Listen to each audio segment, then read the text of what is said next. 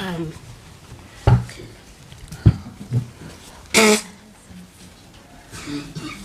so yeah, hi everyone. I think everything Boniface has said is what I went through. Of course, everyone experiences what happens to us differently. So I will just focus on a few things that I thought about during that time.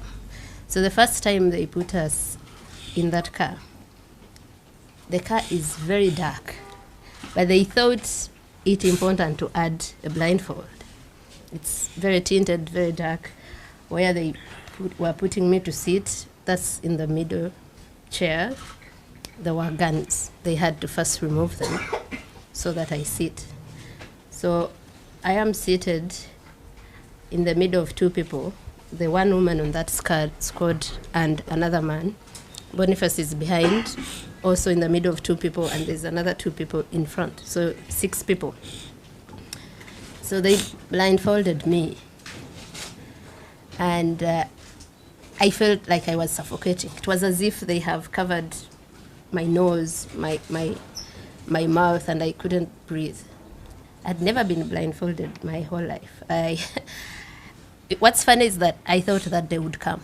I knew that they would come. I just didn't know it would come in Tanzania.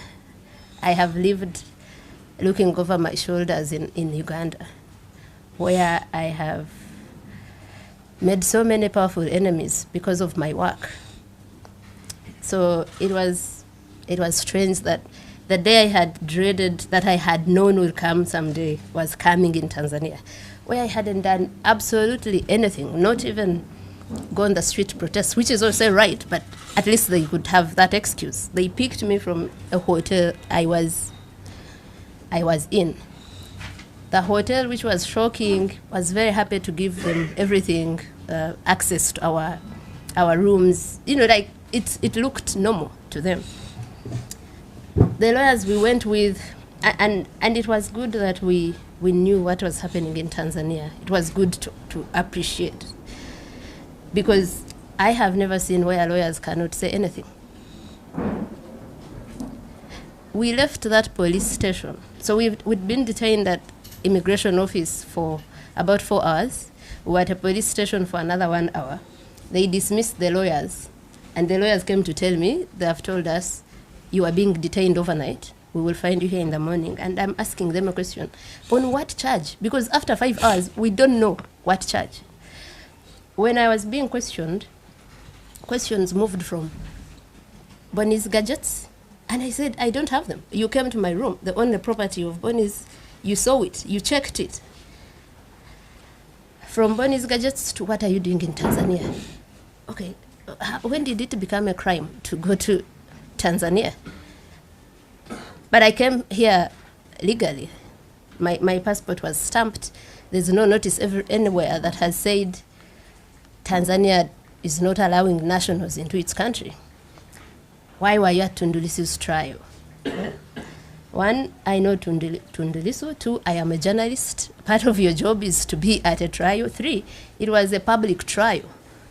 I wasn't the only one there. It was a full court. How is it possible that I'm the only one here being questioned about that? Why didn't you bring everyone who was there?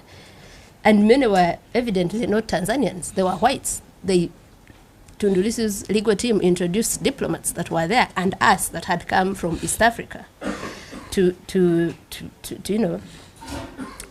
observe the trial. Then it became, so they are going through my passport. They had taken it from me, and they are being angered by my passport having so many visas.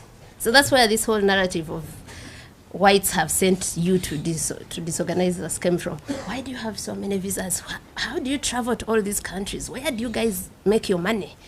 I should be an activist too if it makes you guys live such a life. And so at some point I asked them, may I be told what issue you have brought me here to address? Because it was moving from all over the place, and I think what Boniface didn't tell is that because they are used to not being challenged, questioned, or even answered So they found 2 people and they called us arrogant.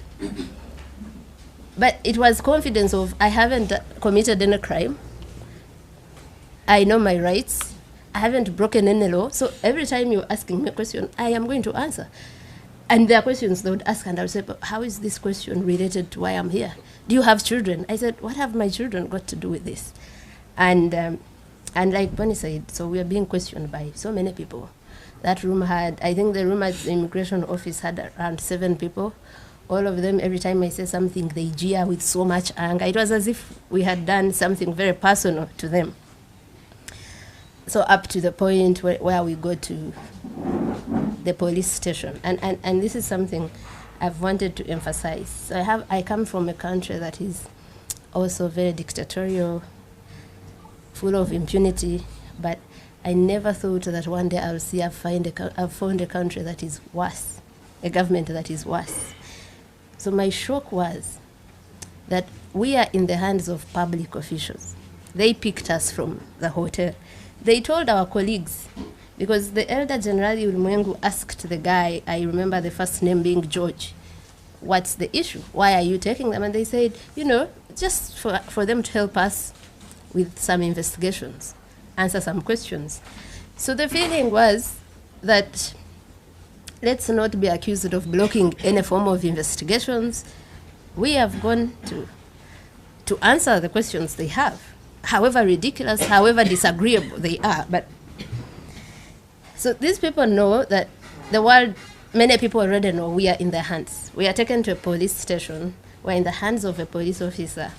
I am sure, like in any other East African country, even in Tanzania, the mandate of police officers, the core one is to protect citizens and their property. So we are in the hands of people that are supposed to protect citizens.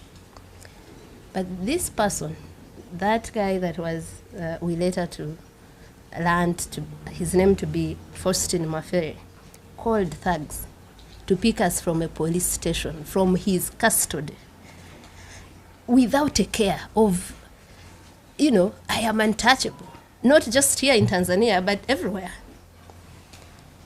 So in Uganda, they kidnap people. They torture people also. It's not a secret. But at least they kidnap you from a street so that no one knows who exactly is responsible for this. And many times they would deny, no, we don't know where he is or where she is. Here, the public officials were not afraid at all of being the ones to call thugs, to send us to thugs to do what they did to us. And for me, that's a level of impunity that I cannot fathom, that we are at that stage where people, of course, when I was still shocked, I saw members of parliament also saying Martha Karua should have been raped or sent back home on oxygen, and they were openly in parliament. If that doesn't scare East Africans, that we are at that barbaric level, and for them, sexual violence is a go-to thing, like it's the first thing they think of. So anyway, so when we're talking, what they did to Boniface is exactly what they did to me. They get me out of the car. After they took Boniface, they had increased the volume of the gospel music they were playing. At first, I didn't know why, but I had Boniface screaming, and I knew they were trying to block that, me from hearing that. So they violently picked me out of that vehicle, and they also ordered me to strip naked. Now, I was afraid. Many people think I don't get afraid. I mean, I know people who say it seems fear is not in Agatha's DNA, but I was afraid. I first got afraid when they blindfolded us. I think I had a moment of like almost a panic attack, because always my fear was being tortured. I always thought, I wish the day they get me, I have like poison and I swallow it so that I don't go through so much pain, so much humiliation. So I was afraid when they picked us up, and then I told myself, there's nothing you can do. There's no way out. There's no one saving you. You are blindfolded. You are like, like that sort of suffocation where there's no way out. So I found myself having this calm of accepting, whatever happens will happen. You have to prepare yourself for it. Now, when they say take off your clothes, I realized that I hadn't prepared myself for that. So, of course, I hesitated. I'm so afraid. It had already been clear these are not people who have come to talk to you for a conversation where you can even beg or whatever. No, they had come with one instruction: inflict as much pain as you can. So before I say anything, there's one. I remember the first blow was on my back because I didn't undress immediately. And after that blow, they started taking off the clothes themselves, as forcefully, as violently as you imagine, because they're taking off and you're even about to fall down, because I had a jumper that is very tight in the neck, so by the time they get it out and everything, they take everything off. So there are layers of vulnerability. That is like the topmost. You're already in the hands of criminals, clearly. You're already blindfolded. Now you've been stripped naked. You don't know what's happening. You don't know what's in front of you in your, complete nakedness and all. So yeah, they tie me up. They first handcuff me, but before handcuffing me, they put my jumper that I was wearing to put the handcuffs on top. But still, it still left marks anyway. Yeah, so they tie my arms to my legs, and they also, put like something wood, like a stick in between, and then they carry me upside down like that. And the rest is everything they did to Boniface. They are inserting something in your anus so bad, like so deep, you want to beg them to actually rape you in the right place, because you are thinking it can't be as painful as this. Of course, that's in the moment of that pain.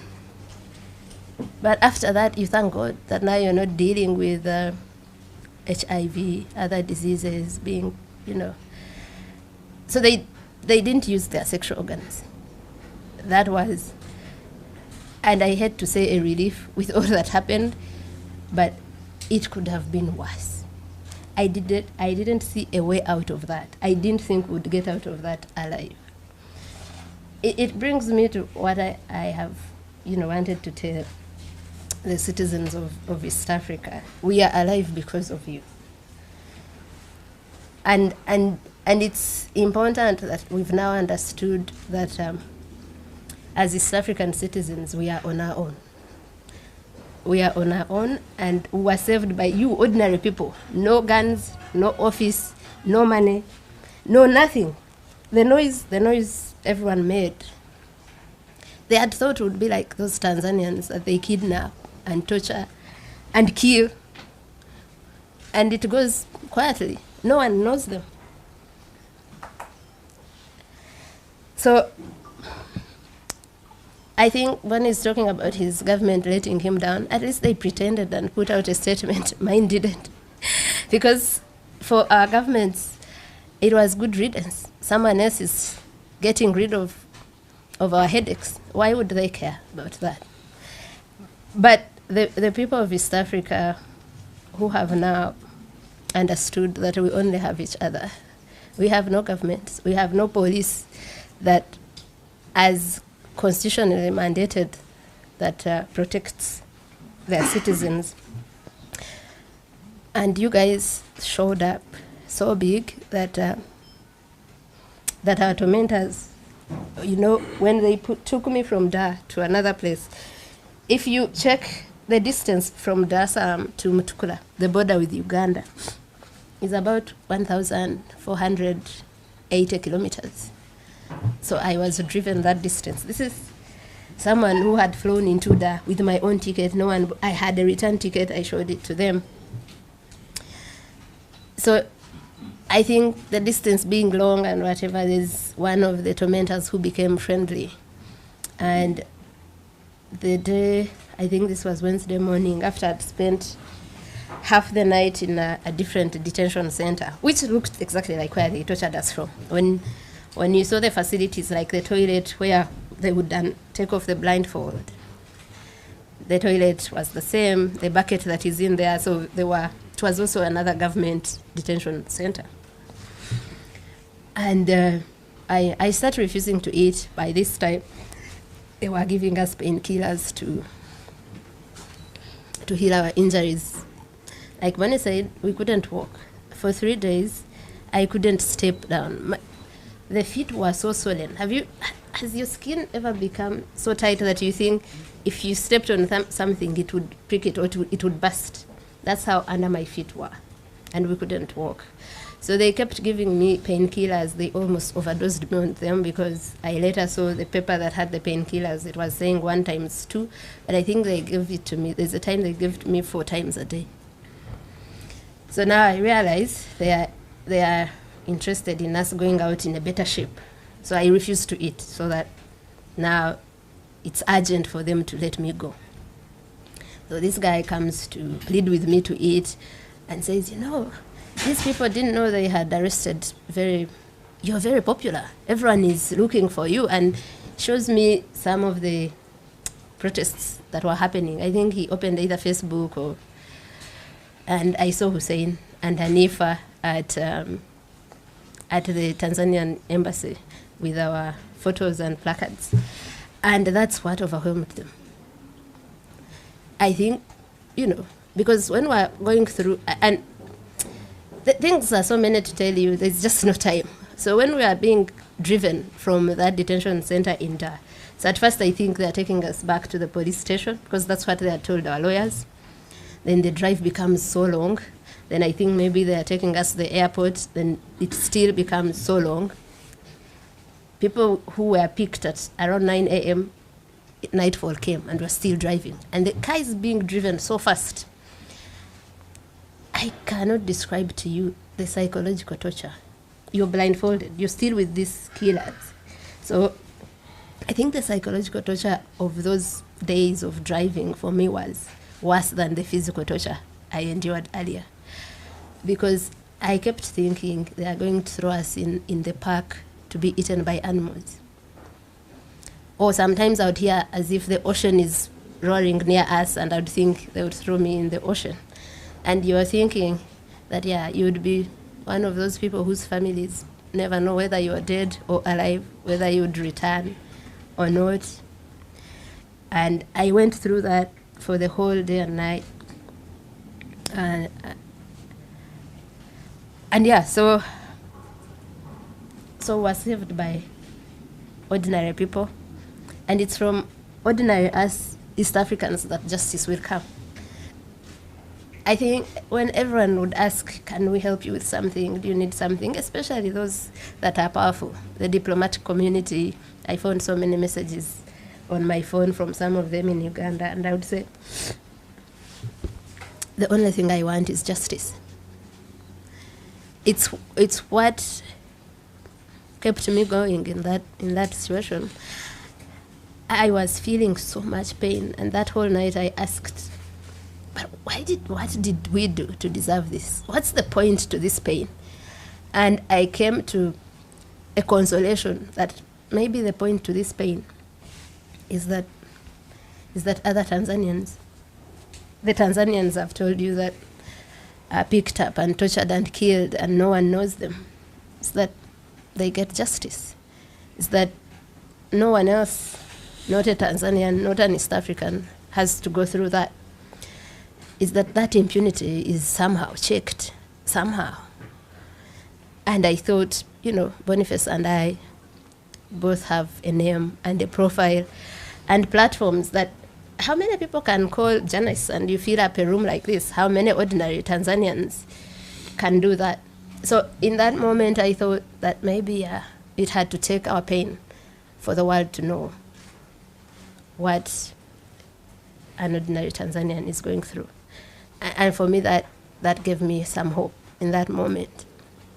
That even if I died, it would probably not be in vain, because the facade of Tanzania is peaceful. Of it has a female president who is phenomenal. Finally goes off. And so if it goes off, but people that have the power to hold these accountable do not, like we know they won't, because for our governments, it is a collaboration in that dictatorship, in that tyranny. It has been for a while. It has been. We have known that for a while. When Ugandans are kidnapped from Kenya, when a Tanzanian is almost kidnapped from Kenya. So it becomes that we are the ones that will do that. And of course, Kenyans are already doing a good job by publishing all those people's names, phones, pictures.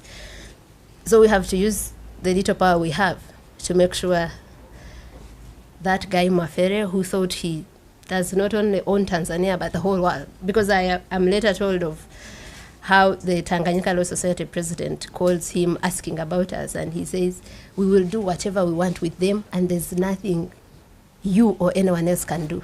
He told that to the Tanganyika Law Society president.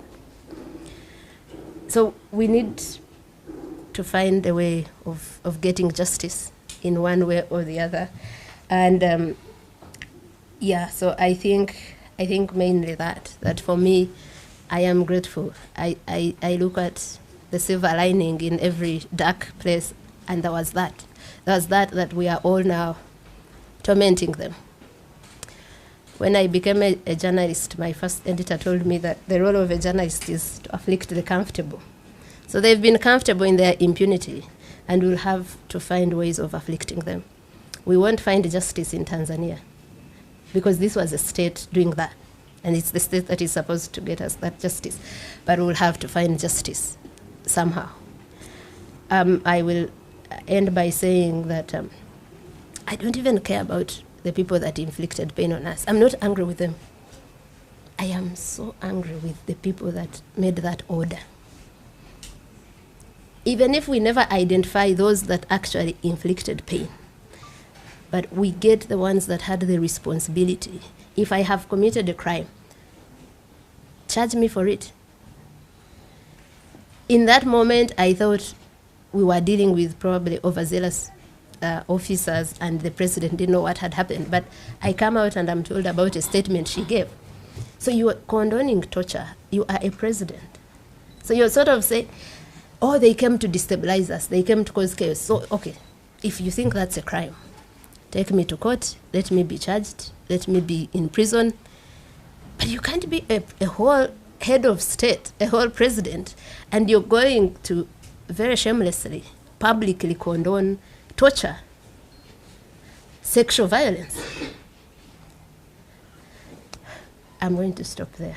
And I thank you very much. Again, I hope all the citizens from Kenya are watching, or the citizens from Uganda and Tanzania. Tanzania also, a few people beat the fear and spoke about our disappearance and our ordeal.